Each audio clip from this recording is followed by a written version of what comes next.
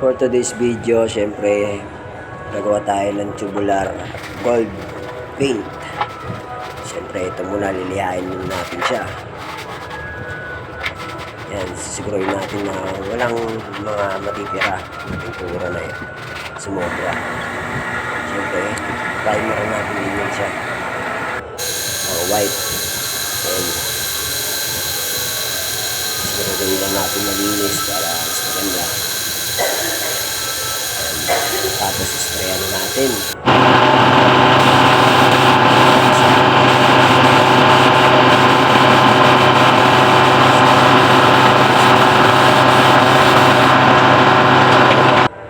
Titimplahan na natin yan ng gold.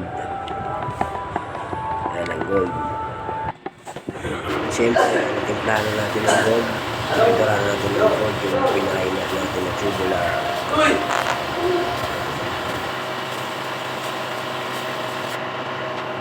So ngayon, ito na yung finish product natin. Bar. Magkano lang?